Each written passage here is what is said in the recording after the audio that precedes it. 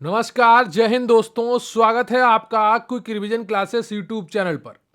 आज आपका टॉपिक है बाल विकास के चरण, जिसके महत्वपूर्ण एमसीक्यू का आप महा रिवीजन करने वाले हैं। एक ही वीडियो में, एक ही क्लास में आपके बाल विकास के चरण के जितने भी महत्वपूर्ण एमसीक्यू हैं वो सभी देखने को मिलेंगे।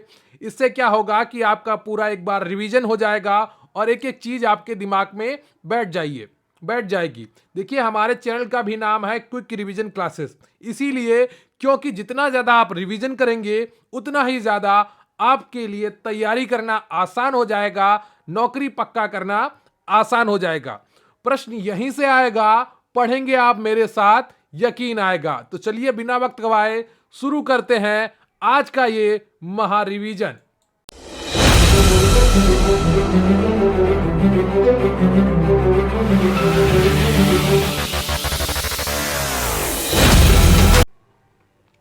तो इससे पहले कि आगे की जानकारी आपको दी जाए, मैं आपको मुख्य सेविका गरिमा बैच के बारे में बताना चाहता हूं। मुख्य सेविका भर्ती के लिए स्पेशल पीडीएफ बैच हमारे चैनल पर चल रहा है, जिसकी फीस मात्र 505 रुपए है। इस बैच से जुड़ने के लिए आप व्हाट्सएप नंबर 94 533 66 279 पर मैसेज कर सकते हैं। इस बैच में आपको सभी क्लासेस मिलेंगी और उनकी पीडीएफ मिलेंगी।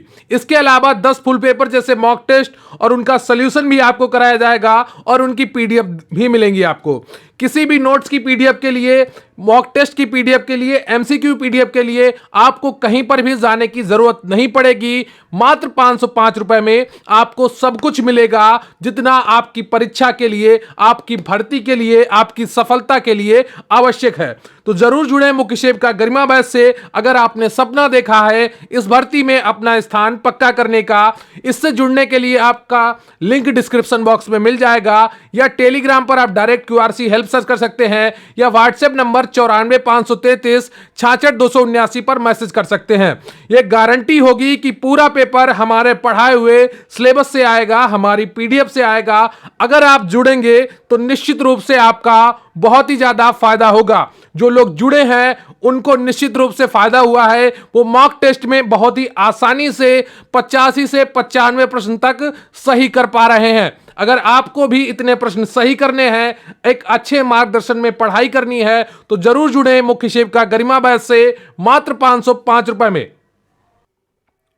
तो इससे पहले कि आज का आपका महा रिवीजन शुरू किया जाए, आज का आपका प्रश्न है कि रोड टू हेल्थ इंगित करता है। बताइएगा, रोड टू हेल्थ किसको इंगित करता है? ए संतुलित आहार को, बी बच्चों की शारीरिक वृद्धि को, सी ऑप्शन है परिवार के स्वास्थ्य को, और डी ऑप्शन है बच्चे की शिक्षा का। बताइएगा इनमें से कौन सा ऑप्शन आपका सही है? रोड टू हेल्थ किसको इंगित करता है? इसका उत्तर आपको अभी कमेंट बॉक्स में लिखना है। वीडियो के अंत में मैं इसका सही उत्तर आपको बताऊंगा, तो पूरा वीडियो अंत तक देखिएगा। लेकिन इसका उत्तर अभी अभी आपको पता है तो जरूर लिख दीजिए कि रोड टू हेल्थ इंगित करता है, किसे इंगित करता है? एबीसीडी में जो ऑप्शन सही हो उसका उत्तर आप कमेंट बॉक्स में अभी लिख दीजिए। तो आज का आपका पहला प्रश्न है कि बाल विकास को मुख्यतः कितनी अवस्थाओं में विभाजित किया गया है? बताइए, बाल विकास को मुख्यतः कितनी अवस्थाओं में विभाजित किया गया है? ऑप्शन ए है आपका 3, बी है 4, सी है 5, डी है 7। तो बताइए बाल विकास को मुख्यतः कितनी अवस्थाओं में विभाजित किया गया है? तो इसका जो सही उत्तर है वो ऑप्शन बी है। क्लियर है आपको? बी ऑप्शन आपका बिल्कुल सही है। 4 अवस्थाओं में विभाजित किया गया है। ये अवस्थाएं कौन कौन सी हैं? डॉक्टर अर्नेस्ट जॉन्स ने बाल विकास को मुख्यतः 4 अवस्थाओं में विभाजित किया है। एक शैशवावस्था जो जन्म से 6 वर्ष तक की होती है, फिर आती है बाल्यावस्था, यहां पर था होगा, ठीक है, 6 से 12 वर्ष तक की होती है। फिर आती है किशोरावस्था जो 12 से 18 वर्ष तक की होती है, और जो प्रौढ़ावस्था है ये 18 वर्ष तक के बाद की अवस्था होती है। क्लियर है आपको? तो ये बाल विकास को 4 चरण में विभाजित किया है। किसने? डॉक्टर अर्नेस्ट जोन्स ने। क्लियर है आपको? प्लीज वीडियो को लाइक कर लीजिएगा और चैनल को सब्सक्राइब कर लीजिएगा। अगला प्रश्न है, 20वीं शताब्दी को बालक की शताब्दी किस मनोवैज्ञानिक ने माना है? बताइए, 20वीं शताब्दी को बालक की शताब्दी किस मनोवैज्ञानिक ने माना है? ऑप्शन ए है आपका क्रो एंड क्रो, बी है स्टेनली हॉल ने, सी है फ्रायड ने, डी है डॉक्टर अर्नेस्ट ने। तो बताइए इनमें से कौन सा ऑप्शन आपका सही हो जाएगा? 20वीं शताब्दी को बालक की शताब्दी किस मनोवैज्ञानिक ने माना है? तो इसका जो सही उत्तर है ऑप्शन ए है, क्रो एंड क्रो ने। क्लियर है आपको? अगला प्रश्न है आपका, बाल मनोविज्ञान का जनक किसे माना जाता है? बताइए, बाल मनोविज्ञान का जनक किसे माना जाता है? वैसे तो आपके सिलेबस में बाल मनोविज्ञान जैसा कोई टॉपिक नहीं है, लेकिन उससे जुड़े हुए कुछ टॉपिक हैं आपके सिलेबस में बाल विकास के नाम के शब्दों में। तो इस क्वेश्चन को भी आप एक बार देख लीजिए ताकि परीक्षा में आपका कोई भी प्रश्न गलत ना हो। क्लियर है आपको? तो बाल मनोविज्ञान का जनक किसे माना जाता है? ऑप्शन ए है आपका स्टेनली हॉल, बी है पेस्टालॉजी, सी है पियाजे, डी है वाइगोत्स्की। तो बताइए इनमें से कौन सा ऑप्शन आपका सही हो जाएगा? बाल मनोविज्ञान का जनक किसे माना जाता है? तो तीसरे का जो सही ऑप्शन है आपका वो बी है, पेस्टालॉजी को माना जाता है। क्लियर है आपको? बी ऑप्शन आपका बिल्कुल सही हो जाता है। तथा बाल विकास का जनक स्टेनली हॉल को माना जाता है। ठीक है, बाल विकास के जनक कौन है? स्टेनली हॉल है, और बाल मनोविज्ञान के जनक कौन है? पेस्टालॉजी है। क्लियर है आपको? तो इस तरह से आपको लगातार पढ़ते रहना चाहिए ताकि आपका एक एक प्रश्न बिल्कुल सही से हो। अगला प्रश्न है आपका, बाल्यावस्था को कितने भागों में विभाजित किया गया है? बताइए, बाल्यावस्था को कितने भागों में विभाजित किया गया है? ऑप्शन ए है आपका 2, बी है 3, सी है 4, डी है 5। तो बताइए इनमें से कौन सा ऑप्शन आपका सही हो जाएगा? बाल्यावस्था को कितने भागों में विभाजित किया गया है? तो चौथे का जो सही ऑप्शन है आपका वो ए है, 2 भागों में। क्लियर है आपको? 2 भागों में विभाजित किया गया है। वो कौन कौन सी अवस्थाएं हैं? एक होती है आपकी पूर्व बाल्यावस्था जिसे संचय काल कहते हैं, ये 6 से 9 वर्ष तक की होती है। फिर आती है आपकी उत्तर बाल्यावस्था जिसे परिपाक काल कहते हैं, ये 9 से 12 वर्ष तक की होती है। क्लियर है आपको? अगला प्रश्न है आपका, बाल विकास की प्रथम अवस्था कौन सी मानी जाती है? बताइए कमेंट करके जल्दी से, बाल विकास की प्रथम अवस्था कौन सी मानी जाती है? और प्लीज वीडियो को लाइक कर लीजिएगा, चैनल पर नए हैं तो चैनल को सब्सक्राइब कर लीजिएगा।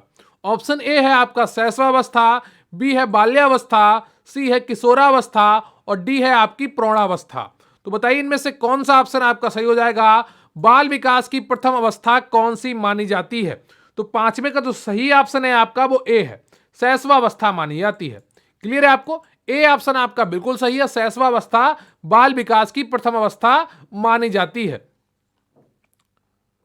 अगला प्रश्न है आपका, निम्नलिखित में से कौन सा विकास का सिद्धांत है? बताइए, निम्नलिखित में कौन सा विकास का सिद्धांत है? ऑप्शन ए है आपका, सभी की विकास दर समान नहीं होती है। बी ऑप्शन है, विकास हमेशा रेखीय होता है। सी ऑप्शन है, विकास की सभी प्रक्रियाएं अंतः संबंधित नहीं है। डी ऑप्शन है, यह निरंतर चलने वाली प्रक्रिया है। तो बताइए इनमें से कौन सा ऑप्शन आपका सही है? निम्नलिखित में से कौन सा विकास का सिद्धांत है? बताइए। तो छठे का कौन सा ऑप्शन आपका सही हो जाएगा? छठे का ए ऑप्शन आपका सही है, सभी की विकास दर समान नहीं होती है। क्लियर है आपको? ये कई चीजों पर निर्भर करती है। तो ए ऑप्शन आपका बिल्कुल सही है।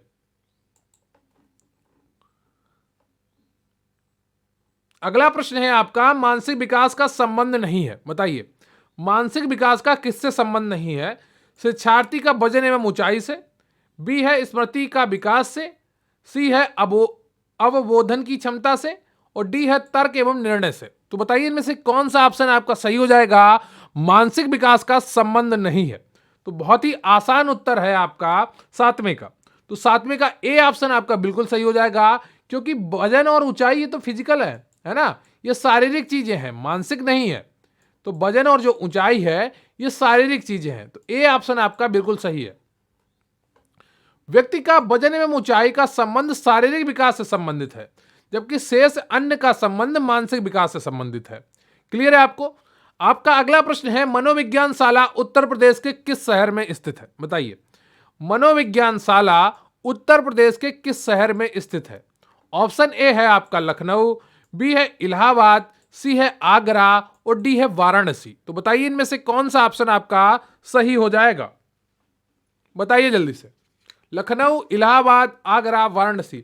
यहां पर यह प्रश्न पुराना है इसलिए इलाहाबाद लिखा है, वैसे यहां पर प्रयागराज होना चाहिए, इतना आप ध्यान रखिएगा। क्लियर है आपको? इलाहाबाद की जगह प्रयागराज लिखकर भी आ सकता है।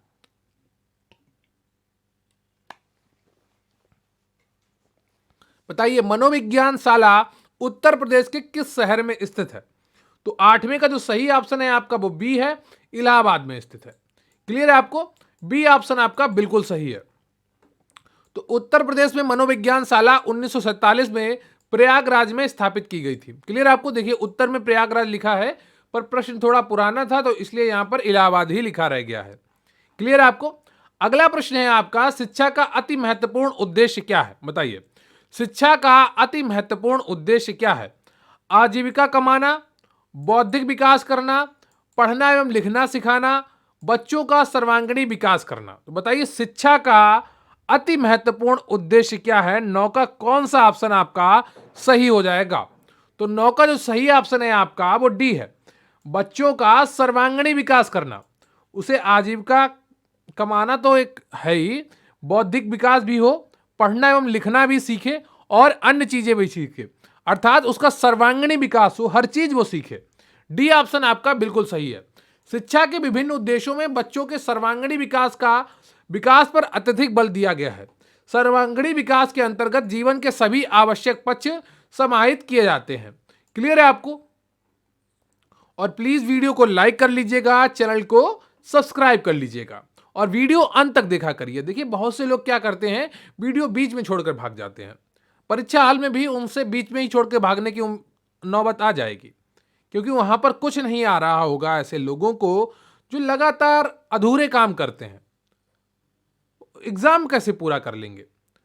जो पढ़ ही नहीं रहे हैं, जो क्लास को पूरा नहीं अटेंड करते हैं, जो पीडीएफ को पूरा नहीं पढ़ते हैं, वो किस तरह से अपनी तैयारी को पूरा करने का ख्वाब पाले बैठे हैं? कम से कम क्लास को तो पूरा देखिए। नहीं पढ़ते हैं, बहुत से लोग कॉपी खोल के भी नहीं पढ़ते होंगे, किताबें भी नहीं खरीदी होंगी और क्लास को भी पूरा अटेंड नहीं करते हैं, फिर भी एक सपना पाले बैठे हैं, एक भ्रम में बैठे हैं कि उनका सिलेक्शन हो जाएगा। दुनिया को धोखा दे सकते हो पर खुद को तो धोखा नहीं दे सकते आप। खुद के प्रति ईमानदार बनना चाहिए आपको। आपने सारे दिन में क्या किया? शाम को अपना आकलन करना जरूरी होता है, क्योंकि एक एक समय, एक एक क्षण आपके लिए बहुत ही महत्वपूर्ण है।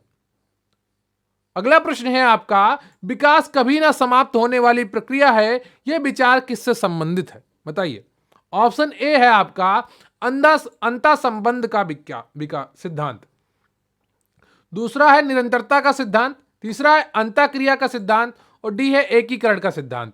विकास कभी ना समाप्त होने वाली प्रक्रिया है, यह विचार किससे संबंधित है? बहुत ही आसान उत्तर है इसका।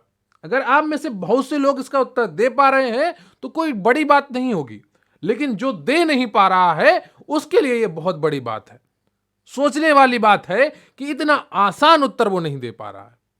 विकास कभी ना समाप्त होने वाली प्रक्रिया है, यह विचार किससे संबंधित है? बताइए 10वें का कौन सा ऑप्शन आपका सही हो जाएगा? 10वें का बी ऑप्शन आपका सही हो जाएगा। क्लियर है आपको? निरंतरता का सिद्धांत। विकास शारीरिक एवं मानसिक सार्वभौमिक तथा निरंतर चलने वाली प्रक्रिया है। विकास कुछ नियमों के द्वारा प्रतिपादित होते रहते हैं। विकास की प्रक्रिया इस प्रकार है, एक तो आकार में परिवर्तन, दूसरा अनुपात में परिवर्तन, फिर रूपरेखा में परिवर्तन तथा गुण एवं मात्रा में परिवर्तन।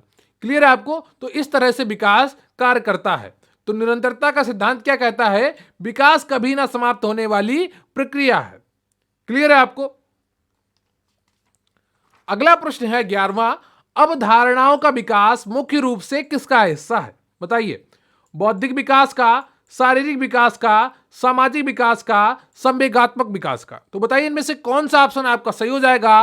अवधारणाओं का विकास मुख्य रूप से किसका हिस्सा है? तो 11वें का जो सही ऑप्शन है आपका वो कौन सा है? बताइए जल्दी से। तो 11वें का जो सही ऑप्शन है आपका वो ए है, बौद्धिक विकास का। क्लियर है आपको? जो अवधारणाओं का विकास मुख्य रूप से बौद्धिक विकास का हिस्सा है। बहुत से लोग अवधारणा बना लेते हैं, जैसे अभी बहुत से लोग एक अवधारणा बनाकर बैठे हैं कि शॉर्ट लिस्टिंग आ जाएगी, उसके बाद हम पूरा सिलेबस तैयार कर लेंगे।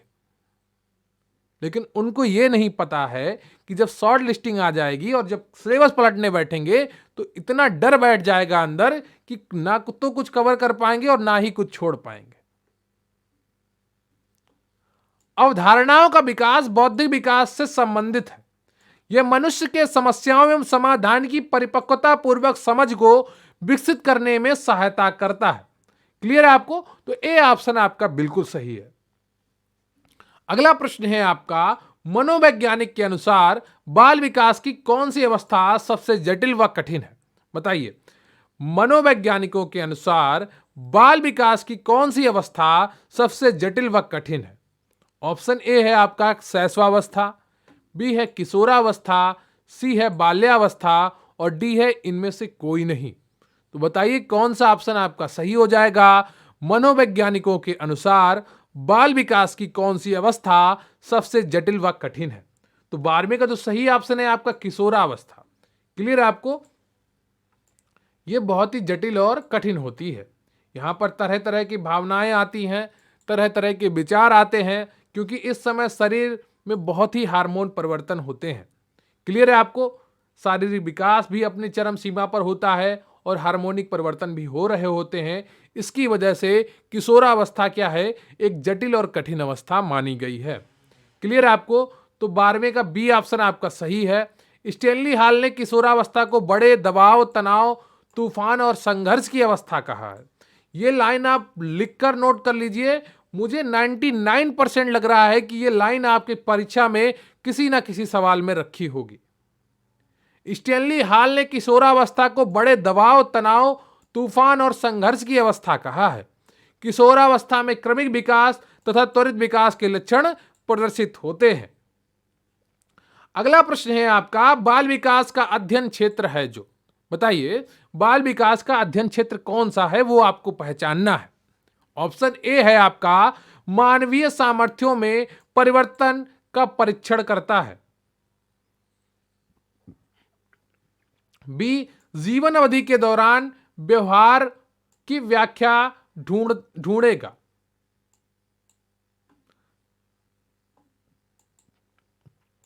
बच्चों की वयस्क तथा वरिष्ठ नागरिकों के साथ तुलना करेगा, किसी बच्चे के संज्ञानात्मक, सामाजिक तथा दूसरे सामर्थ्यों के क्रमिक विकास के लिए उत्तरदायी होगा।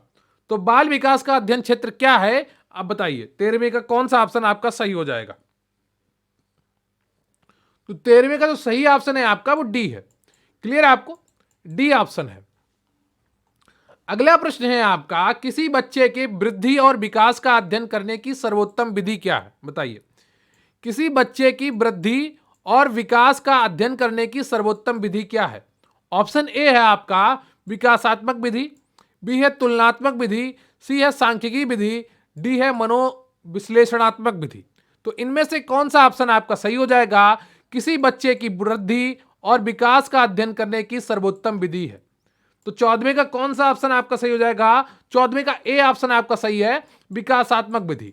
क्लियर है आपको?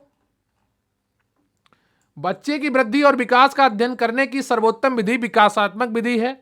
विकासात्मक विधि में बच्चों के शारीरिक, मानसिक, संवेगात्मक, भाषात्मक तथा सामाजिक पक्षों का अध्ययन किया जाता है।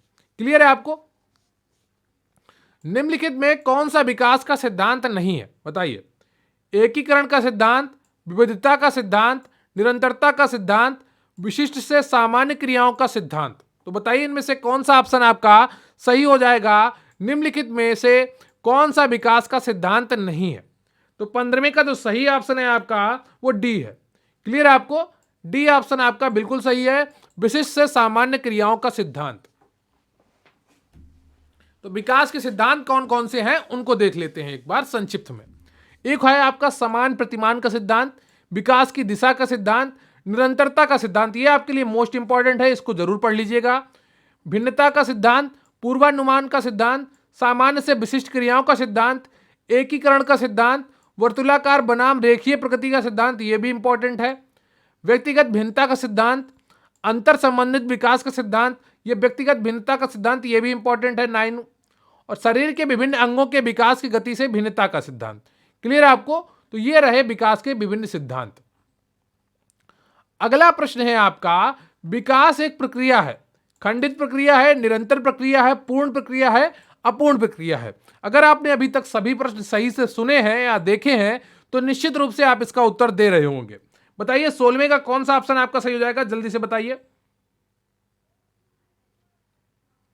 16वें का जो सही ऑप्शन है आपका वो बी है, निरंतर।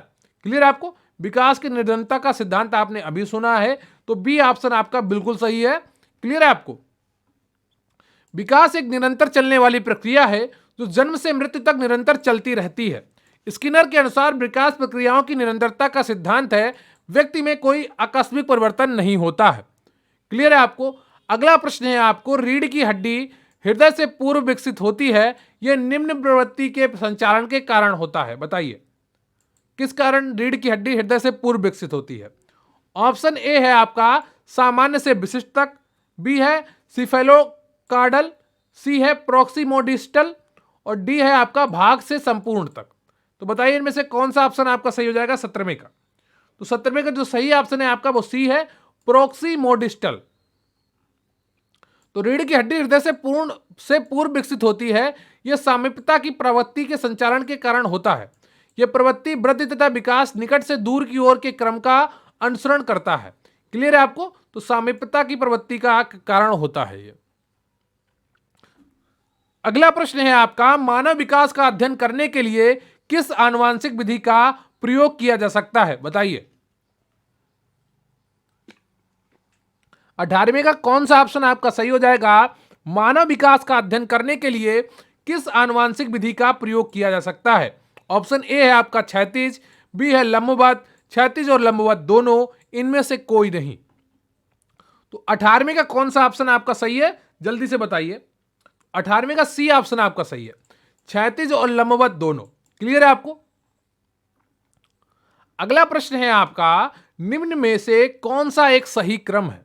ऑप्शन ए है आपका अंडाणु शुक्राणु ब्लास्टोसिस्ट युग्मनज, बी है ब्लास्टोसिस्ट अंडाणु शुक्राणु युग्मनज, सी है ब्लास्टोसिस्ट युग्मनज अंडाणु शुक्राणु या अंडाणु शुक्राणु युग्मनज ब्लास्टोसिस्ट। बताइए इनमें से कौन सा ऑप्शन आपका सही है? ये निषेचन की प्रक्रिया आपसे पूछ रहा है, इनमें से कौन सा ऑप्शन आपका सही हो जाएगा? तो इसका जो सही ऑप्शन है आपका 19 का वो डी है। स्त्रियों में सबसे पहले अंडाणु बनता है, फिर वहां पर शुक्राणु आता है, फिर युग्मनज बनता है दोनों के संपर्क से, फिर ब्लास्टोसिस्ट बनता है। क्लियर है आपको? तो डी ऑप्शन आपका बिल्कुल सही है। अगला प्रश्न है आपका, पियाजे के संज्ञानात्मक विकास के 4 चरणों में कौन सा सम्मिलित नहीं है? बताइए पियाजे के संज्ञानात्मक विकास के 4 चरणों में कौन सा चरण सम्मिलित नहीं है? ऑप्शन है इंद्रिय गामक अवस्था, दूसरा है पूर्व संक्रियात्मक अवस्था, तीसरा है उत्तर संक्रियात्मक अवस्था और डी है आपका अमूर्त संक्रियात्मक अवस्था। तो एबीसीडी में कौन सा ऑप्शन आपका सही हो जाएगा? जल्दी से बताइए कमेंट करके। पियाजे के संज्ञानात्मक विकास के 4 चरणों में कौन सा सम्मिलित नहीं है? तो 20 का जो सही ऑप्शन है आपका वो सी है, उत्तर संक्रियात्मक अवस्था। क्लियर है आपको? तो पियाजे के संज्ञानात्मक के 4 चरण है। कौन कौन से संज्ञानात्मक विकास के इनके 4 चरण? संवेदनात्मक गामक इंद्रिय गामक अवस्था। क्लियर है आपको? ये 0 से 2 वर्ष तक की होती है। फिर है पूर्व संक्रियात्मक अवस्था, ये 207 वर्ष तक की होती है। फिर है अमूर्त संक्रियात्मक अवस्था, ये 7 से 11 वर्ष तक की होती है। फिर है औपचारिक संक्रियात्मक अवस्था, ये 11 से वर्ष के बाद की होती है। क्लियर आपको? तो पियाजे के संज्ञानात्मक विकास के 4 चरण हैं, कौन कौन से हैं ये आपको बता दिया गया है। तो आज का आपका 21 क्वेश्चन है कि बच्चों की बौद्धिक विकास की 4 विशिष्ट अवस्थाओं की पहचान की गई। बताइए बच्चों के बौद्धिक विकास की 4 विशिष्ट अवस्थाओं की पहचान की गई, किसके द्वारा पहचान की गई वो आपको बताना है। एरिकसन द्वारा, स्किनर द्वारा, पियाजे द्वारा, कोहल वर्ग द्वारा। तो बताइए एबीसीडी में कौन सा ऑप्शन आपका सही हो जाएगा? बच्चों की बौद्धिक विकास की 4 विशिष्ट अवस्थाओं की पहचान की गई। तो 21 का कौन सा ऑप्शन आपका सही हो जाएगा? 21 का सी ऑप्शन आपका सही है। क्लियर आपको? पियाजे द्वारा की गई है, सी ऑप्शन आपका बिल्कुल सही है। तो पियाजे ने बच्चों की बौद्धिक विकास की 4 विशिष्ट अवस्थाओं की पहचान की है। क्लियर है आपको? यह आपको कल बताया भी गया था कौन कौन सी 4 विशिष्ट अवस्थाएं थी। अगला प्रश्न है आपका, कोहल वर्ग के अनुसार बच्चे सीखते हैं संज्ञानात्मक विकास के चरण, शारीरिक विकास के चरण, संवेगात्मक विकास के चरण या नैतिक विकास के चरण। बताइए कौन सा ऑप्शन आपका सही हो जाएगा? कोहल वर्ग के अनुसार बच्चे सीखते हैं, तो बच्चे क्या सीखते हैं कोहल वर्ग के अनुसार? ऑप्शन ए है आपका संज्ञानात्मक विकास के चरण, बी है शारीरिक विकास के चरण, सी है संवेगात्मक विकास के चरण और डी है आपका नैतिक विकास के चरण। तो 22 का कौन सा ऑप्शन आपका सही हो जाएगा? 22 का डी ऑप्शन आपका सही है, नैतिक विकास के चरण सीखते हैं। क्लियर है आपको? डी ऑप्शन आपका बिल्कुल सही है। कोहल वर्ग ने 10 से 16 वर्ष तक के बच्चों में नैतिक विकास के चरणों का अध्ययन करके अपना नैतिक विकास का सिद्धांत प्रस्तुत किया, जिसकी 3 प्रमुख अवस्थाएं होती हैं। अगर आपसे प्रश्न पूछ लिया जाए नैतिक विकास का सिद्धांत किसने प्रस्तुत किया, तो उत्तर आपका हो जाएगा कोहल वर्ग। क्लियर है आपको? क्या उत्तर हो जाएगा? कोहल वर्ग। तो पूर्व परंपरागत स्तर यानी कि प्राक रूढ़िगत स्तर, परंपरागत स्तर यानी कि रूढ़िगत नैतिक स्तर, उत्तर रूढ़िगत स्तर परंपरागत अवस्था में बालक की नैतिकता बाह्य कारकों के द्वारा निर्धारित होती है। क्लियर है आपको? तो यहां पर ये तीसरा ये यहां पर कंप्लीट हो जाता है। फिर आगे ये लाइन है, परंपरागत अवस्था में बालक की नैतिकता बाह्य कारकों द्वारा निर्धारित होती है। क्लियर है आपको?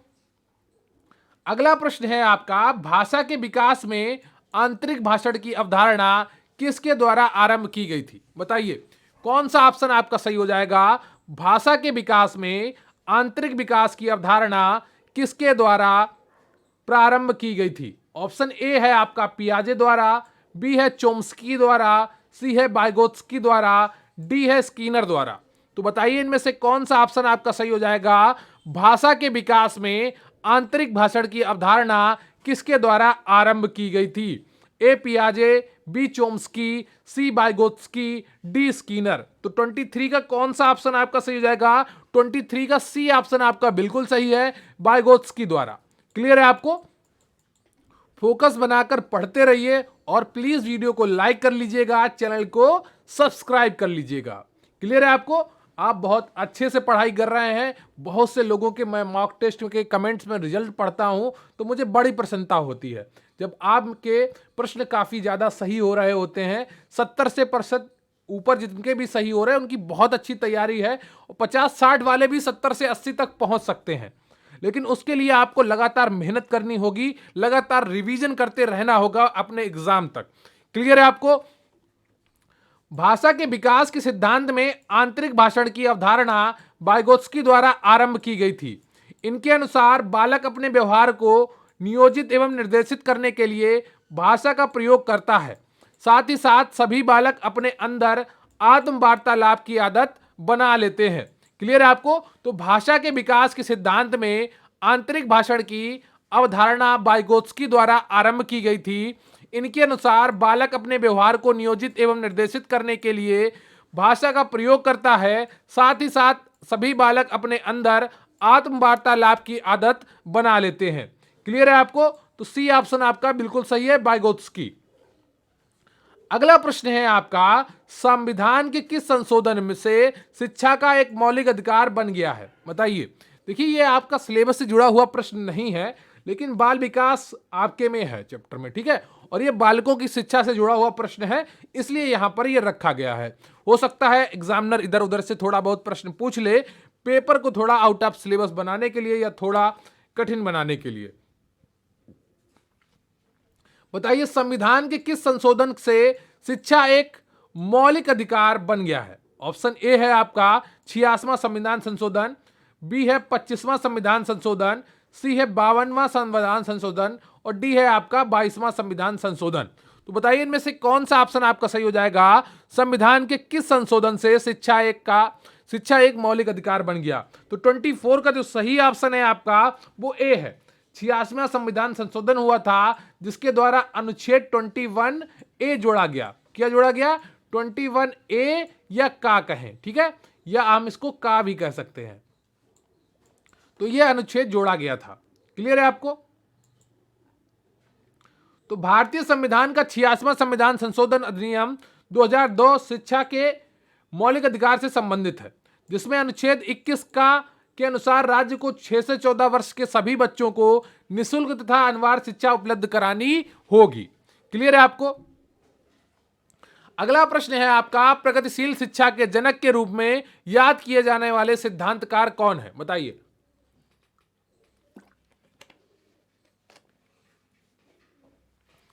प्रगतिशील शिक्षा के जनक के रूप में याद किए जाने वाले सिद्धांतकार कौन है? फेडरिक फ्रोबेल है, जॉन डेवी है, जीन पियाजे हैं, ग्राहम गिब्स हैं। बताइए एबीसीडी में कौन सा ऑप्शन आपका सही हो जाएगा? प्रगतिशील शिक्षा के जनक के रूप में याद किए जाने वाले सिद्धांतकार कौन है? बताइए। तो 25 का जो सही ऑप्शन है आपका वो बी है, जॉन डेवी है। कौन है? जॉन डेवी है प्रगतिशील शिक्षा के जनक। क्लियर है आपको? तो ये चीजें आपके लिए याद रखने की वाली हैं। जैसे ये पूछ लिया प्रगतिशील शिक्षा का जनक, तो ऐसे टॉपिक जो होते हैं वो वन लाइनर जो प्रश्न होते हैं वो आपके लिए बहुत महत्वपूर्ण हो जाते हैं। क्लियर है आपको? जॉन डेवी संयुक्त राज्य अमेरिका के एक मनोवैज्ञानिक एवं शिक्षाविद थे। वे प्रगतिशील शिक्षा के जनक के रूप में जाने जाते हैं। क्लियर है आपको? आपका अगला प्रश्न है, प्रायः बालकों की बुद्धि का मापन किया जाता है। तो बताइए, प्रायः बालकों की बुद्धि का मापन किससे किया जाता है? अवाचिक समूह बुद्धि परीक्षणों के द्वारा, वाचिक समूह बुद्धि परीक्षणों के द्वारा, अवाचिक व्यक्तिगत बुद्धि परीक्षणों के द्वारा, वाचिक व्यक्तिगत बुद्धि परीक्षणों के द्वारा। तो बताइए इनमें से कौन सा ऑप्शन आपका सही हो जाएगा? प्रायः बालकों की बुद्धि का मापन किया जाता है। तो 26 का कौन सा ऑप्शन आपका सही हो जाएगा? 26 का ए ऑप्शन आपका बिल्कुल सही है, अवाचिक समूह बुद्धि परीक्षणों के द्वारा। क्लियर है आपको? तो ए ऑप्शन आपका बिल्कुल सही है। तो बालकों की बुद्धि मापन अवाचिक समूह बुद्धि परीक्षण द्वारा किया जाता है। इस परीक्षण के अंतर्गत बच्चों का सामूहिक रूप से परीक्षण किया जाता है तथा परीक्षण में प्राप्त अंकों के आधार पर उनके बुद्धि स्तर का निर्धारण किया जाता है। क्लियर है आपको? तो ये चीज आपको पूरी समझ में आ गई होगी। और प्लीज वीडियो को लाइक कर लीजिएगा, चैनल को सब्सक्राइब कर लीजिएगा। अगला प्रश्न है आपका, बुद्धि लब्धि मापने के जन्मदाता कौन है? देखिए, इस तरह के प्रश्न भी आपकी परीक्षा में आ सकते हैं, है ना? तो इसको भी आप इंपॉर्टेंट कर लीजिएगा। बुद्धि लब्धि मापने के जन्मदाता कौन है? तो ऑप्शन ए है आपका स्टर्न, बी है बीने, सी है टरमैन, डी है इनमें से कोई नहीं। देखिए, आप अगर ये बहुत से लोग सोच रहे होंगे कि 100% सिलेबस तैयार कर लें पहले, फिर हम 100% MCQ करेंगे, ऐसा नहीं होता है। कोई भी चीज कभी भी 100% हो ही नहीं पाती है ना? तो इसलिए आप 70 से 80% जैसे ही आपका सिलेबस हो जाए, समझ रहे ना, 70 से मैं कहता हूं 60% भी हो जाए, तो आप MCQ से पढ़ना शुरू कर दीजिए। क्योंकि बहुत सी चीजें आप MCQ से रट लेंगे, है ना? बहुत सी चीजें आपको MCQ से समझ में आ जाएंगी। इसलिए जैसे ही आपका 60 से 70% सिलेबस हो या 70 से 80% सिलेबस आपने पढ़ लिया हो एक बार, तो आप MCQ प्रैक्टिस शुरू कर दीजिए। क्लियर है आपको? क्योंकि यहां से आप काफी अच्छी तरीके से अपना रिजल्ट बना पाएंगे। और जो 100% के ऊपर बैठा रहेगा वो कभी भी अपनी पढ़ाई नहीं पूरी कर पाएगा। क्लियर है आपको? क्योंकि 100% को सही होता ही नहीं है। 27 क्या है? तो 27 का आंसर जो है आपका वो टरमैन है। क्लियर है आपको? बुद्धि लब्धि मापने के जन्मदाता टरमैन है। तो 1916 ईस्वी में टरमैन ने मानसिक आयु व वास्तविक आयु में 100 का गुणा करके बुद्धि लब्धि ज्ञात करने की विधि का निर्माण किया, जिसे वर्तमान में मान्यता प्राप्त है। इसलिए टरमैन को बुद्धि लब्धि मापने का जन्मदाता माना जाता है। बुद्धि लब्धि धारणा की प्रथम प्रतिपादक विलियम स्टर्न बुद्धि है और बुद्धि परीक्षण के सर्वप्रथम प्रयोगकर्ता अल्फ्रेड विने है। क्लियर आपको? तो बुद्धि लब्धि मापने के जो जन्मदाता हैं वो कौन है? वो टरमैन है। क्लियर है आपको? और बुद्धि लब्धि अवधारणा के प्रथम प्रतिपादक कौन है? विलियम स्टर्न है। और बुद्धि परीक्षण का सर्वप्रथम प्रयोगकर्ता कौन है? अल्फ्रेड विने है। क्लियर है आपको? तो ये चीजें आपको याद रखनी होगी। आपका अगला प्रश्न है, भाषा अर्जन एवं विकास के लिए सर्वाधिक संवेदनशील अवधि कौन सी है? बताइए, भाषा अर्जन एवं विकास के लिए सर्वाधिक संवेदनशील अवधि कौन सी है? ऑप्शन ए है आपका प्रारंभिक बाल्यावस्था, बी है मध्य बाल्यावस्था, सी है किशोरावस्था, डी है जन्म पूर्व अवधि। तो बताइए इनमें से कौन सा ऑप्शन आपका सही है? भाषा अर्जन एवं विकास के लिए सर्वाधिक संवेदनशील अवधि कौन सी है? ए प्रारंभिक बाल्यावस्था, बी मध्य बाल्यावस्था, सी किशोरावस्था, डी जन्म से पूर्व अवधि। तो 28 का कौन सा ऑप्शन आपका सही हो जाएगा? 28 का जो सही ऑप्शन है आपका वो कौन सा है? वो है आपका ए। क्लियर है आपको? प्रारंभिक बाल्यावस्था। भाषा अर्जन एवं विकास के लिए सर्वाधिक संवेदनशील अवधि कौन सी है? प्रारंभिक बाल्यावस्था है। क्लियर है आपको? ये 6 से 9 वर्ष की आयु जो होती है यह प्रारंभिक बाल्यावस्था में गिनी जाती है। अगला प्रश्न है आपका, अनुकरण की प्रक्रिया में सर्वप्रथम शिशु अनुकरण करता है? बताइए, अनुकरण की प्रक्रिया में सर्वप्रथम शिशु किसका अनुसरण करता है? व्यंजन वर्णों का, स्वर वर्णों का, स्वर व व्यंजन दोनों वर्णों का, या शब्दों का? तो बताइए इनमें से कौन सा ऑप्शन आपका सही हो जाएगा? अनुकरण की प्रक्रिया में सर्वप्रथम शिशु अनुकरण करता है। तो 29 का जो ऑप्शन आपका सही है वो कौन सा है? वो है आपका डी। क्लियर है आपको? शब्दों का अनुकरण करता है। डी ऑप्शन आपका बिल्कुल सही है। 29 का अनुकरण की प्रक्रिया में सर्वप्रथम शिशु अनुकरण करता है किसका? शब्दों का। शिशु का को अक्षर वर्ण ज्ञान नहीं होता है, वह उसी बात का अनुसरण की कोशिश करता है जिसे वह सुनता, अतः शिशु सर्वप्रथम शब्दों का अनुकरण करता है। क्लियर है आपको? आपका अगला प्रश्न है, बच्चा किस उम्र में भाषा की समझ दिखाना शुरू करता है? बताइए, बच्चा किस उम्र में भाषा की समझ दिखाना शुरू करता है? ऑप्शन ए है आपका जन्म से ही, बी है 3 महीने पर, सी है 6 महीने पर, और डी है 1 वर्ष में। तो बताइए इनमें से कौन सा ऑप्शन आपका सही हो जाएगा? बच्चा किस उम्र में भाषा की समझ दिखाना शुरू कर देता है? बताइए। तो 30 का जो सही ऑप्शन है आपका वो सी है। क्लियर है आपको? 6 महीने पर। तो बच्चा 5-6 महीने पर भाषा की समझ दिखाना शुरू कर देता है। भाषा विकास का प्रथम सोपान ही ध्वनि की पहचान करना होता है। बच्चा 5-6 माह में ध्वनियों में विभेद करने, परिचित ध्वनि को पहचान कर प्रतिक्रिया देने लगता है। क्लियर है आपको? आपका अगला प्रश्न क्या है? माता पिता से वंशजों में स्थानांतरित होने वाले लक्षणों को कहा जाता है? बताइए, माता पिता से वंशजों में स्थानांतरित होने वाले लक्षणों को क्या कहा जाता है?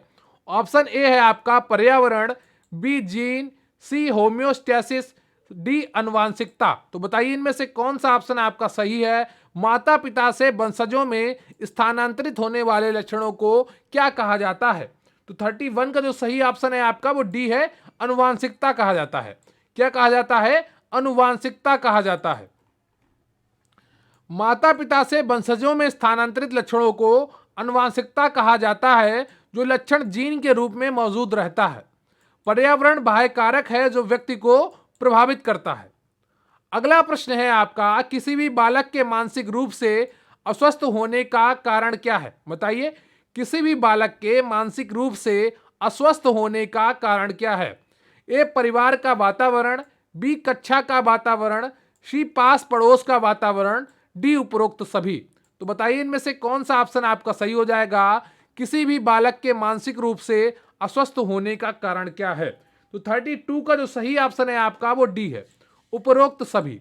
क्लियर है आपको? डी ऑप्शन आपका बिल्कुल सही है, उपरोक्त सभी। तो बालक के मानसिक रूप से अस्वस्थ होने के अनेक कारण हो सकते हैं, जैसे व्यक्तिगत, पारिवारिक, सामाजिक, आर्थिक व शारीरिक आदि। अगला प्रश्न है आपका, वातावरण वह बाहरी शक्ति है जो हमें प्रभावित करती है, यह किसका कथन है? बताइए, वातावरण वह शक्ति है, वह बाहरी शक्ति है जो हमें प्रभावित करती है, यह किसका कथन है?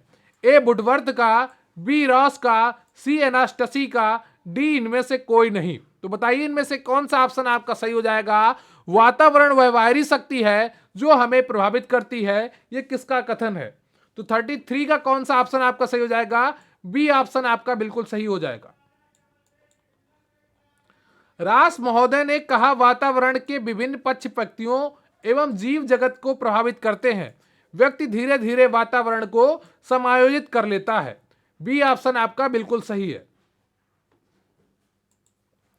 अगला प्रश्न है आपका, प्रकृति पोषण विवाद किससे संबंधित है? बताइए, प्रकृति पोषण विवाद किससे संबंधित है? ए अनुवांशिकी एवं वातावरण से, बी व्यवहार एवं वातावरण से, सी वातावरण एवं जीव विज्ञान से, डी वातावरण एवं पालन पोषण से। तो बताइए इनमें से कौन सा ऑप्शन आपका सही है? प्रकृति पोषण विवाद किससे संबंधित है? तो 34 का जो सही ऑप्शन है आपका वो सी है। क्लियर है आपको? सी ऑप्शन आपका बिल्कुल सही है, वातावरण एवं जीव विज्ञान से। प्रकृति पोषण विवाद का विपर्यास जैविकीय विशिष्टताएं या वंशानुक्रम सूचनाएं हैं, अतः इसका प्रत्यक्ष संबंध वातावरण एवं जीव विज्ञान से है। अगला प्रश्न है आपका, बालक का प्रारंभिक विकास मुख्यतः किस पर निर्भर करता है? बताइए, बालक का प्रारंभिक विकास मुख्यतः किस पर निर्भर करता है? बहुत ही आसान प्रश्न है आपके लिए, बहुत ही आसानी से आप इसका उत्तर दे पाएंगे। ऑप्शन ए है आपका माता पिता, बी वातावरण, सी विद्यालय का वातावरण, डी समाज। देखिए, आप में से बहुत से लोगों का अब स्कोर अच्छा होने लगा है, अब बहुत से लोगों को ये प्रश्न भी आसान लगने लगे होंगे, लेकिन अब इनका स्कोर अगर आपका अच्छा होने लगे तो आप ओवर कॉन्फिडेंस में मत आ जाइएगा। बहुत से बच्चे क्या होता है, एक बार उनका स्कोर अच्छा होने लगता है तो वो ओवर कॉन्फिडेंस में आ जाते हैं और अपनी प्रैक्टिस रोक देते हैं। लेकिन प्लीज आप लोग ऐसा बिल्कुल भी मत करिएगा।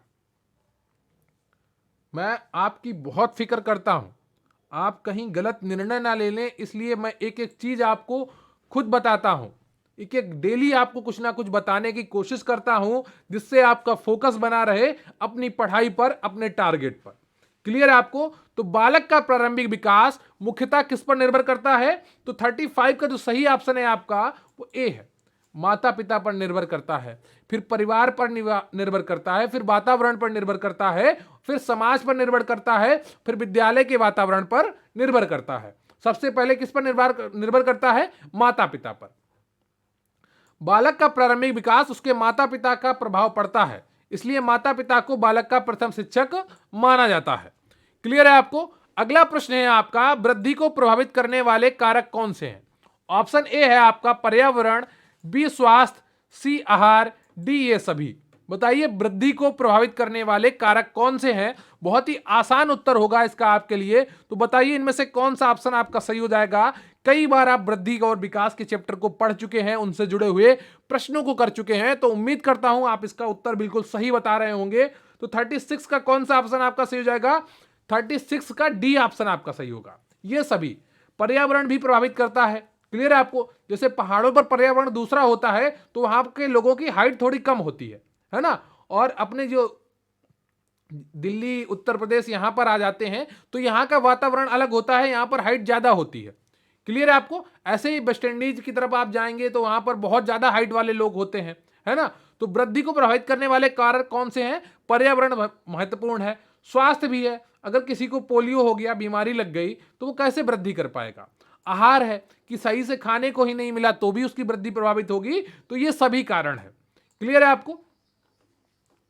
अगला प्रश्न है आपका, गर्भ में बालक को विकसित होने में कितने दिन लगते हैं? बताइए। देखिए, आपने पिछले एक प्रश्न किया होगा जिसमें 266 ऑप्शन था।